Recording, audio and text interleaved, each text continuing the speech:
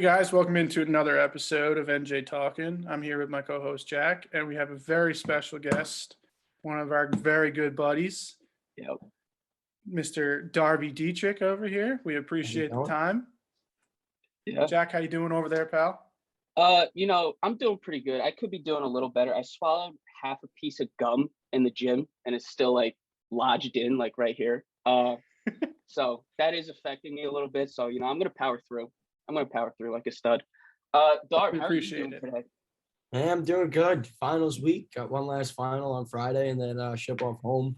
Right now my room's an absolute mess. Can't see because of my chair. Packing everything up to go home. So Yeah. All right. So what's your last final on Friday? macroeconomics. Okay. Boy. Yeah, I failed that class this semester. All right. So for those of you who don't know, Darby is a D1 athlete. He's a D1 wrestler. So we're gonna just go through his experience as a D1 athlete. Darby, ready? I'm ready. Let's go. So first question is, when did you realize you had the talent to go D1? See, this is hard to give this answer in a humble response, but I mean, growing up, you don't really think of anything else besides that. So I never really thought about like, oh, am I gonna go Division I, Division II, Division III? It was just like, okay, when I'm performing and like these schools reach out to me, how am I gonna select which one I want to go to? It was never like, all right. So you knew at a young age that you were going to school. I just didn't. It's not even that like I knew it. It was just I wouldn't let that thought into my head that was like I couldn't get there. It was just like, all right, I'm gonna do this, and this is gonna be my result regardless. Okay. So that's the game plan I kind of approached. So it was more or less of what D1 school did you want to go to, not if you're going D1. So honestly, it wasn't necessarily even like, oh, I have to go to Division I. It's more or less like what school I saw best fit for me. Didn't matter if they're Division I through Division III to me personally. The only thing that mattered was, where did I fit in? What coach did I like the most? What could set me up best after I'm done competing and for like future job sake. Yeah. Was your thought process of what can set me up the best, was that like a huge factor for you picking Brown over other schools? 100%. I mean, that's what I looked at it ever since I was young. I was like, let me use it as a gateway to get into a school that, can help me be successful when I'm older.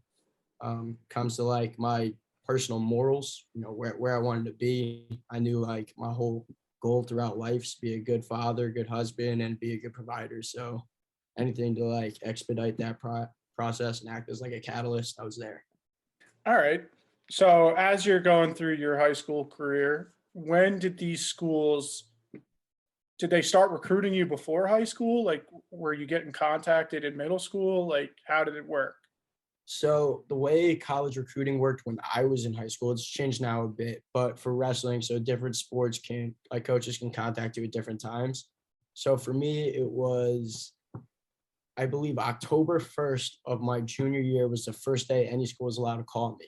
But with that being said, they could send you letters like of saying, come to this prospect camp or this certain clinic or whatnot that kind of showed interest in who you were, but they weren't allowed to physically call you or text you or email you until that deadline of October 1st of your junior year.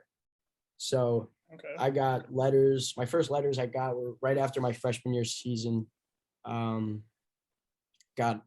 still have them all. There was a lot, but I got a bunch of letters after my freshman year season. And, at first I'm like, holy crap, going through high school, I was like, yeah, like I have to have good grades, otherwise my dad's going to beat my ass. But like I was never like picturing, damn, like I could go to an Ivy League school. Like that wasn't in my thought process. But, I started getting letters from these types of schools and I was like, it's pretty intriguing.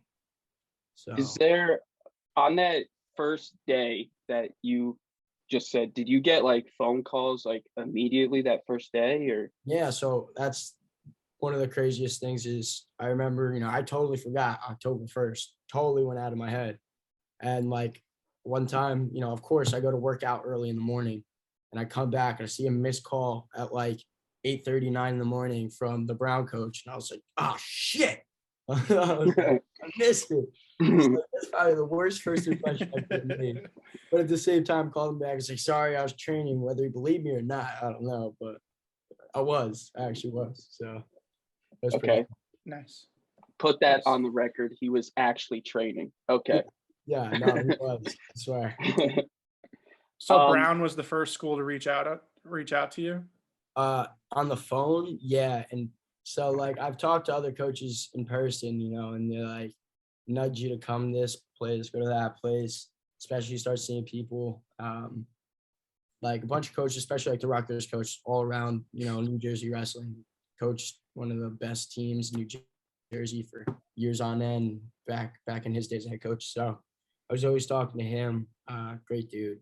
But they were definitely the first school to call me right on the day, the first day they were allowed to call me. So they called you on that first date. Like, do you know if they were like keeping track of you and like how you were doing before that? I'm assuming they were, right? Yeah, for sure. I actually went to Brown after my sophomore year season, so sophomore year spring. Not for an unofficial or official because it's against the rules. It's illegal. You have to be a certain age. But I went for a prospect camp. Actually worked out with one of the kids that's my teammate now, which is pretty cool. Who ended up coming too, back when he was a freshman in high school. So it ended up being pretty cool. And then after, like, I talked to the coach obviously in person there, just want to introduce myself, even though I already talked before that, kind of like in person. So he was just like, yeah, keep me on the radar. Trying to get an idea of grades, where that fits in, because like your team has to have a certain average academic index in order for them to get into the school and whatnot. So with all that being said, I want to know, obviously you chose Brown, so we're going to say they did the best job recruiting. But out of all the schools ever recruiting you, who did the worst? The worst. Yeah, who was like, who was god awful? Columbia. Why? And then NYU. It's a close second. Now the NYU one's kind of unfair because I ended up being really pissed off at the coach after, but we'll get into that in a little bit.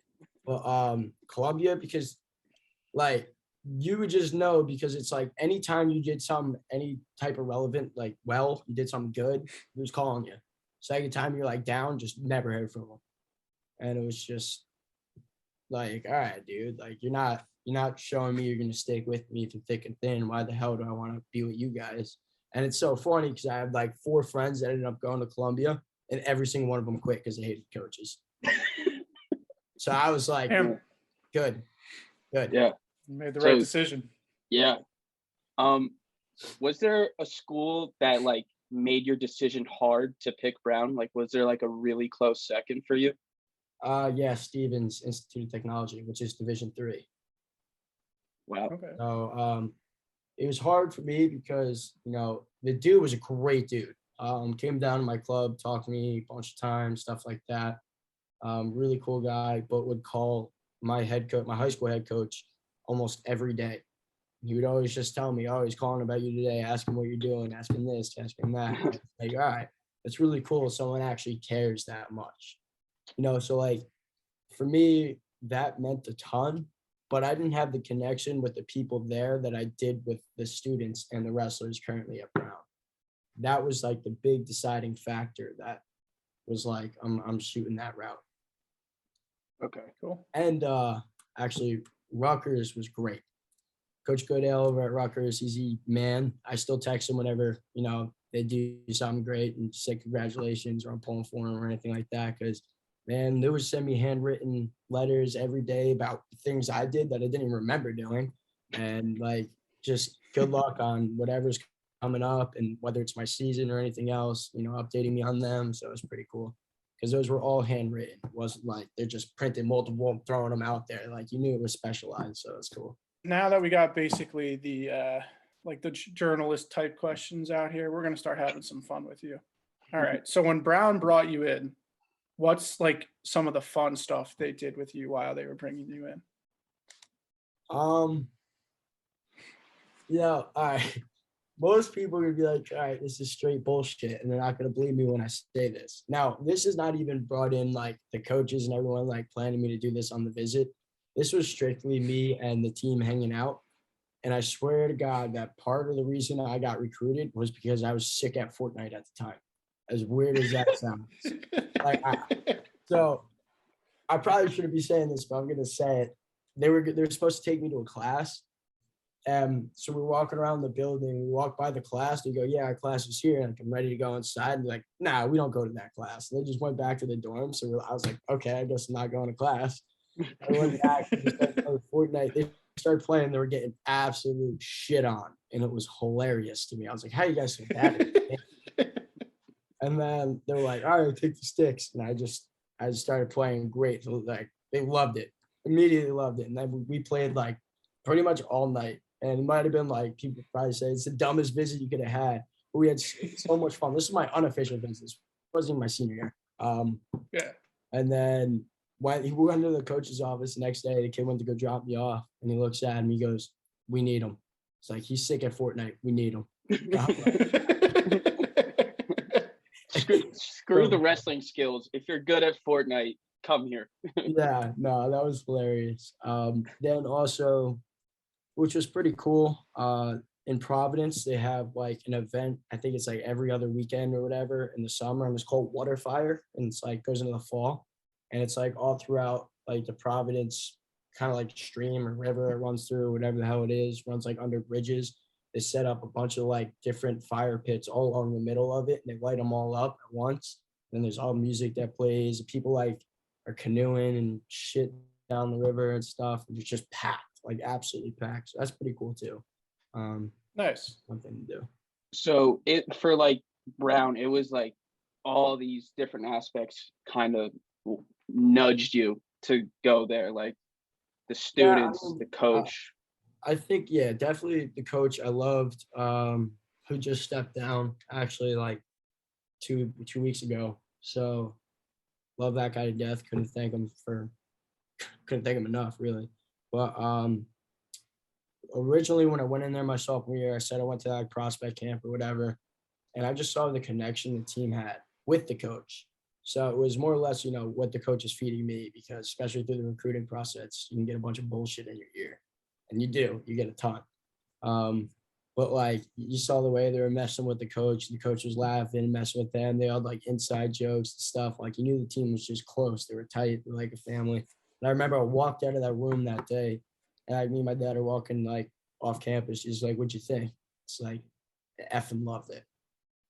Why? I explained kind of the same reason I just explained. Came back my junior year for an unofficial, had a blast again. Got offered a spot on my last day before I went home.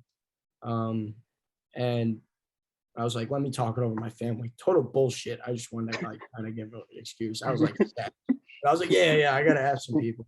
I didn't have to ask anybody. I didn't give a shit what anybody said. But I did want to give the respect to every other coach recruiting me to text them and tell them first. So I guess that was the reason why I waited. But, even after I left, they didn't stop contacting me until, I was there. And I still stay in contact with everyone that was on the team since then. So, like, I was right about it, shockingly. But there you go. I was on the right track. Yeah. So now you're obviously at Brown. Do you feel like you had to put in more work to get there or to stay there? That's a good question. Damn. Okay, bringing in the good ones out here, Jack. In your pocket. I would say it was a lot tougher mentally and probably physically when I was younger, getting into here. Because it's not like just the work you do in high school. Like that was the work since I did when I was 6 years old, and like still a young kid that didn't understand anything, getting like beat to shit and like going to 12 practices a week and like forcing your grades to stay up. And like for me, I never went out in high school. I didn't do anything. Like I didn't have that social life that everyone had until like I knew where I was going with my life. So like that took a way bigger toll than the stuff here. And like dealing with that when I was younger was a lot more difficult than me learning how to manage my time here. Actually kind of reflects on it. If I complain about stuff here, I'm like, why am I being such a freaking baby? Like knowing the stuff I had to do before this. So it's kind of weird. All right. Some more fun questions. How much clothing do you get a year? Because I feel like you No. guys just get given shit. No, see, now that was my original thought process too. And I guess this is one of my biggest pet peeves I have with my last coach is we didn't get nearly as much stuff as we should have. Don't get me wrong. Yeah, we had a decent amount. But like you see all these other teams' gear days, we're like, man, we're really lacking right now.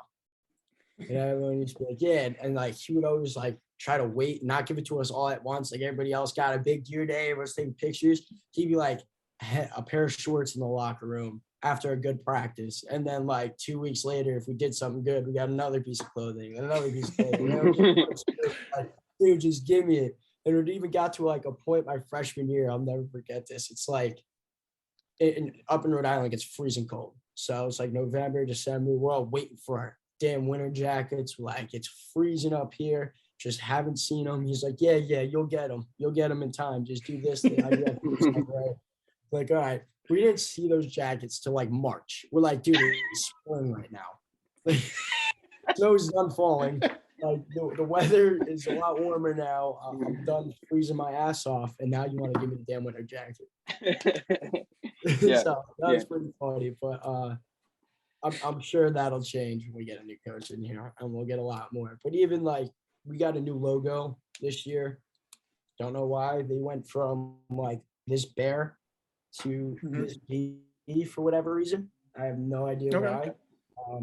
But they like just gave us a ton of clothes with the new logo so we could wear the new logo. So it's like, okay, cool.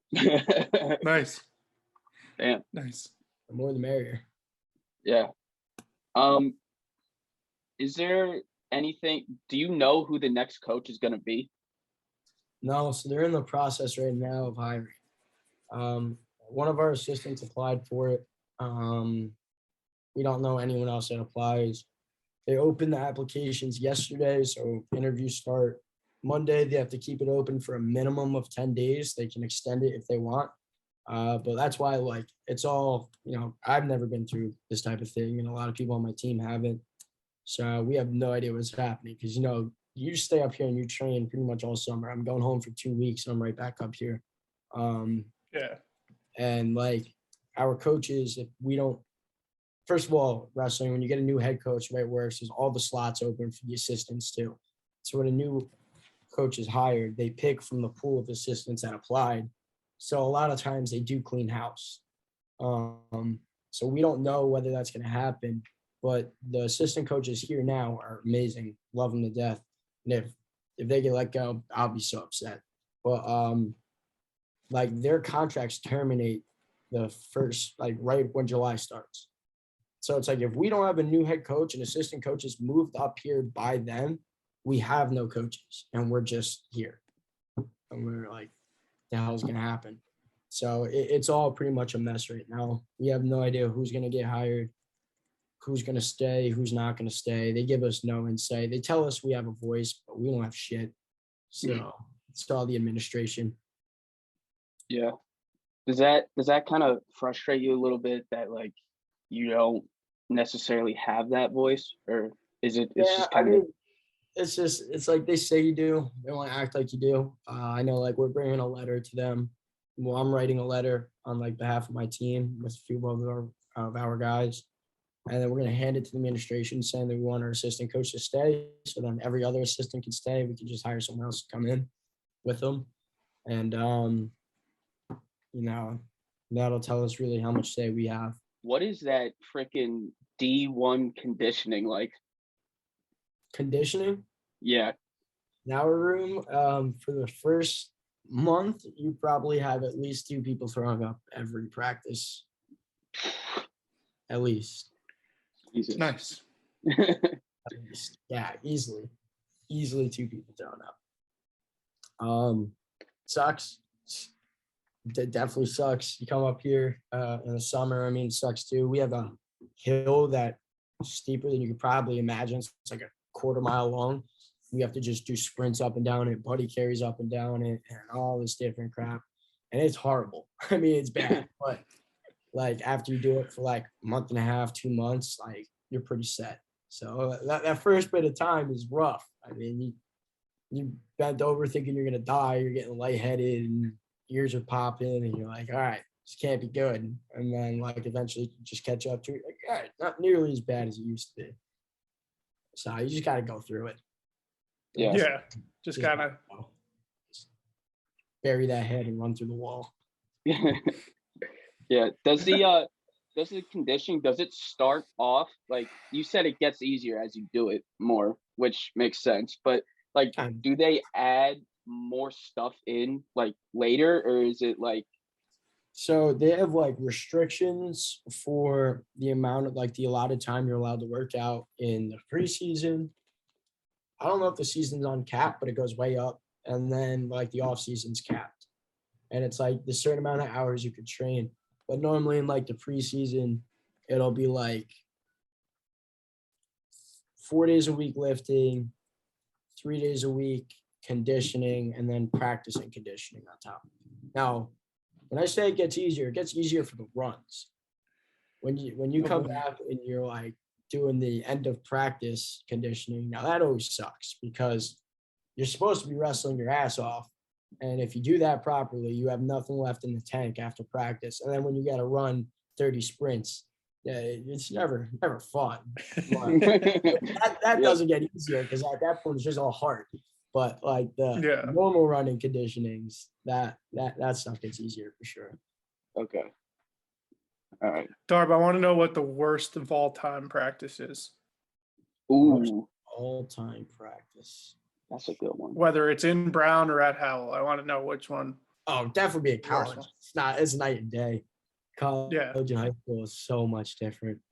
I mean, dude, I've had so many bad practices that just sucked. I couldn't even put one on it. All right, so give us one. Like did someone on the team like fuck up and like you guys got like punished?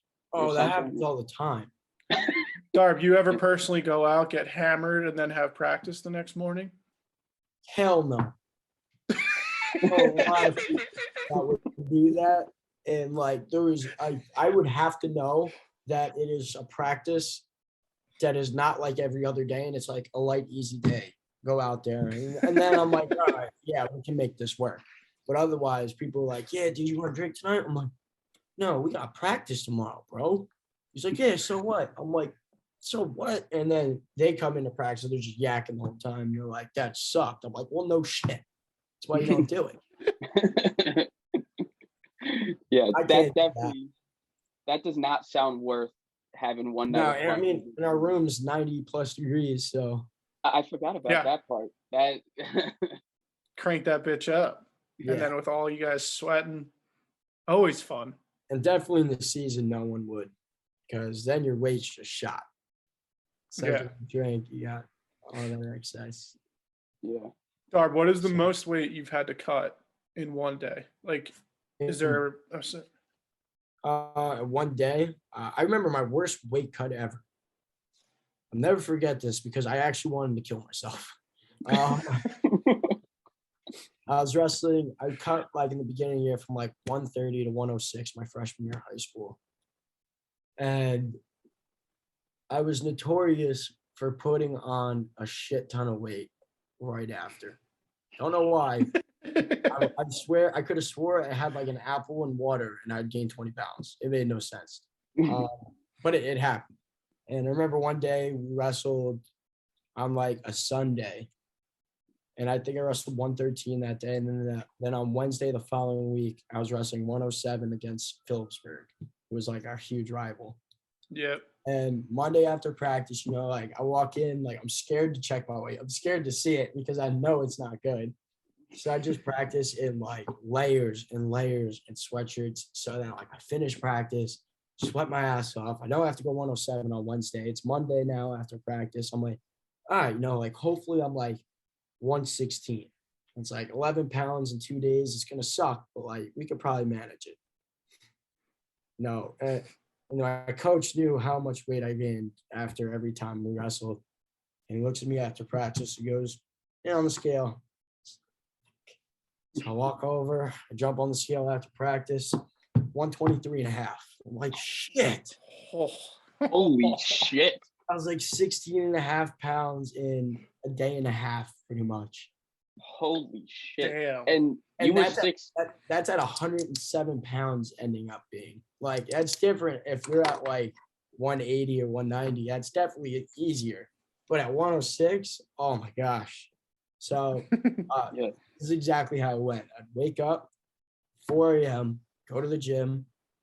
After the gym, I would shower there, get dressed for school there, bring all my school stuff, go to school at 7, go until like 12 or 12:30, whichever was considered a complete day in school, get picked up, go back to the gym until 2:30 practice, come back for practice, go home, have one slice of cold cut turkey, go right back to the gym, work out again until I passed out in the gym, go home, sleep, wake up, do it again. And then on that final day, I remember just being like, I think one of my coaches helped me get out of like gym or class or something. And I was just running my ass off in like our weight room, just losing the rest of it. I made it. I cut it off. I made it. Thought I was gonna die. I'm out there, pinned the kid in like a minute and a half, and he was ranked like number 5 in the state. I was like all pumped up. I'm like, oh, bro, we're gonna win this match, and then we just got washed. And I was like, shit. All right. So you said you made weight. My final question is: after you made weight, what did you go eat? What was your go-to meal? Peanut butter and honey with water. I needed to get some type of energy back in me, and I needed to hydrate. And after, it's like, what did you eat after that?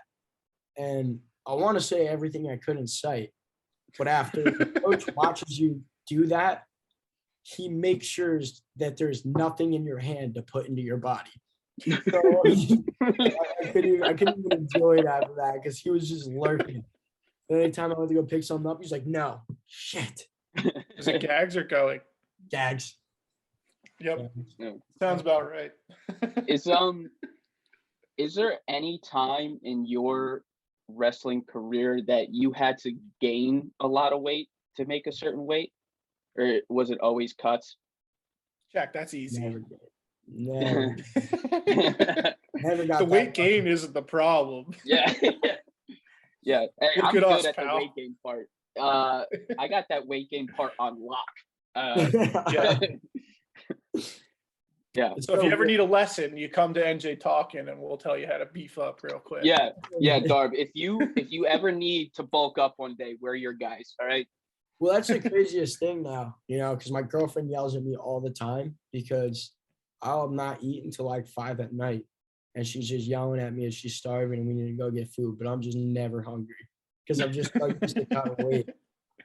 I just don't think about it. Like like even if I'm like, oh, I'm hungry, I'm like, who cares? I'll be fine.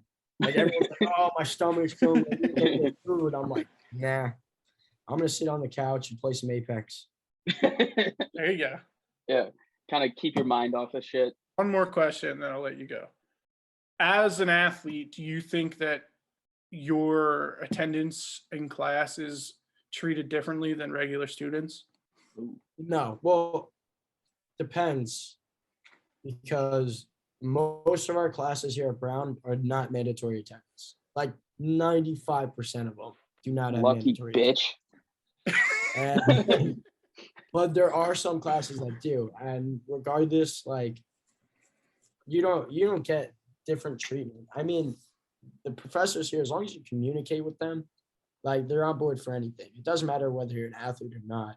If you let them know, like, hey, like if you're feeling sick or exhausted or wiped out, and you like make sure you message them hours before class, and don't just like sleep through it or just like blow it off and don't talk to them, they're just gonna be like, all right, you're excused. or I mean, you just have to get there. So we Okay. don't get many privileges outside of it here. I guess it's because we're an Ivy League school. I mean that like our whole focus is academics, not athletics. Like they make Right. sure you know that, and like Yeah. that's one of our biggest things here. It was weird how I even came to the conclusion of wanting to go to an Ivy League school instead of here, but found it. Yeah.